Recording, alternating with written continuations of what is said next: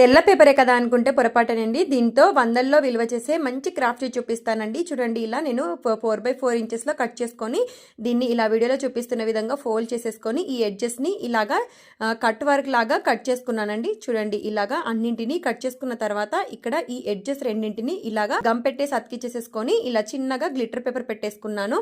తర్వాత ఒక పెద్ద A4 సైజ్ పేపర్ కన్నా కొంచెం పెద్ద తీసుకొని తర్వాత ఇలా కట్ చేసుకున్న పీసెస్ అన్నింటినీ ఒకదాని తర్వాత ఒకటి ఇలా పేపర్ మొత్తం అతికిచ్చేసేసుకున్నానండి. తర్వాత గ్లిటర్ పేపర్ ని ఒక 2 ఇంచెస్ మందం కట్ చేసుకొని ఇలాగ పైన కింద స్టిక్ చేసేసుకున్నాను.